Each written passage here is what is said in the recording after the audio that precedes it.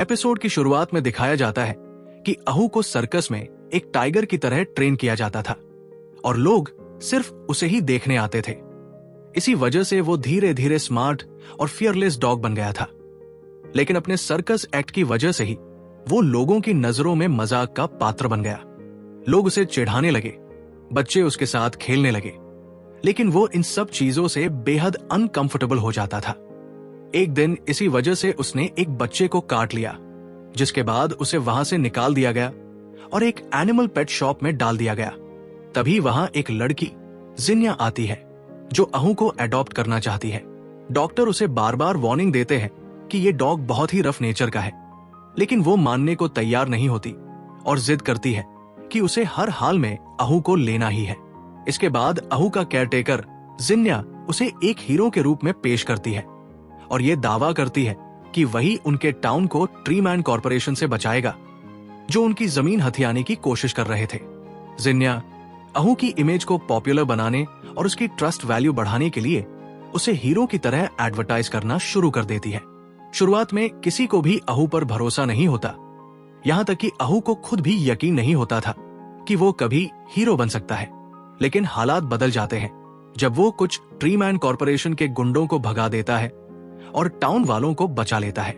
हालांकि tree man corporation बड़ी चालाकी से हीरो नाइस की पॉपुलैरिटी का इस्तेमाल अपने फायदे के लिए करने लगता है।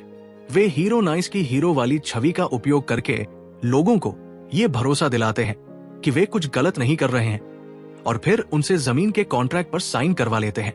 इसके बाद अहू और जिन्या ट्री मैन कॉर्पोरेशन के हाइडआउट तक पहुंचते हैं और वहां से जमीन के कॉन्ट्रैक्ट वाले साइन किए गए डॉक्यूमेंट्स को चुराकर वापस टाउन के लोगों तक पहुंचाने की कोशिश करते हैं। लेकिन तभी फियर क्लोन्स उन्हें देख लेते हैं। इन फियर क्लोन्स को मिस्टर शंद ने फियर की एनर्जी से बनाया था। वो वहां से भागने की कोशिश करते हैं, पर इसी दौरान जिन्या एक फैसला लेती है कि वो क्लोन्स को डिस्ट्रैक्ट करेगी और डॉक्यूमेंट्स अहू को सौंप देती है ताकि वो उन्हें टाउन के लोगों तक पहुंचा सके। भागते हुए अहू की मुलाकात हीरो एक्स से होती है। हीरो एक्स अपनी रहस्यमयी शक्ति का इस्तेमाल करके उनकी मदद करता है। तभी हमें यह भी दिखाया जाता है कि एक्स पहले एक सर्कस में काम करता था और लोगों को मैजिक शोज दिखाता था और उसकी पावर्स भी मैजिक से जुड़ी हुई थी। लेकिन इस लड़ाई के दौरान जिन्या क्लोन्स से बचने की कोशिश में एक बिल्डिंग से नीचे गिर जाती है। उसी समय नाइस वहां पहुंचता है और लास्ट क्लोन को आदेश देता है कि अहू और जिन्या को खत्म कर दिया जाए। क्लोन अहू की तरफ एक वेपन फेंकता है, लेकिन जिन्या अहू को धक्का देकर साइड में कर देती है, जिसके कारण वो हथियार सीधे उसकी तरफ बढ़ जाता है। इसी निर्णायक पल में अहू हीरो एक्स से प्रभावित होकर और जिन्या के ट्रस्ट की वजह से अपना साहस जुटाता है। उसी समय उसकी ट्रस्ट वैल्यू 0 से बढ़कर 1 हो जाती है। वह उस हथियार को पकड़ लेता है और खुद ही उसे क्लोन की तरफ फेंक देता है।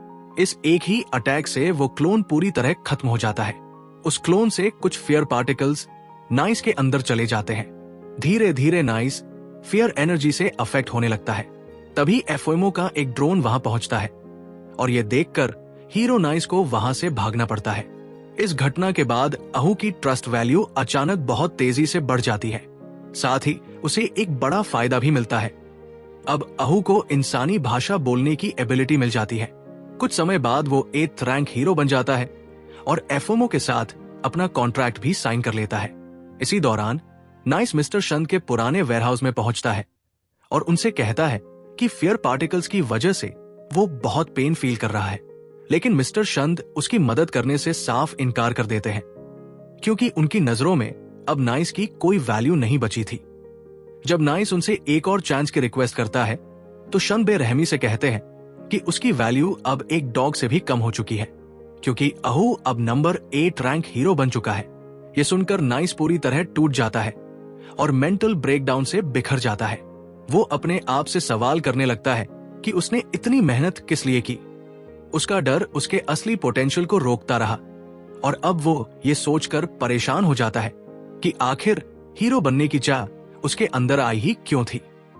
इसके बाद सीन वेयरहाउस से हटकर एडवर्टाइजमेंट बिल्डिंग के रूफटॉप पर पहुंचता है और ये वही जगह होती है जिसे एपिसोड 1 में दिखाया गया था, जहां नाइस ने लिन लिंग के सामने सुसाइड किया था। और यहीं पर यह एपिसोड एंड हो जाता है। अगर आपको मेरी एक्सप्लेनेशन पसंद आई हो तो लाइक जरूर करना, और अगर चैनल पर नए हो तो सब्सक्राइब करना मत भूलना। ऐसे ही और वीडियोस के लिए मैं मिलूंगा आपको अगली वीडियो में। तब तक के लिए गुड बाय।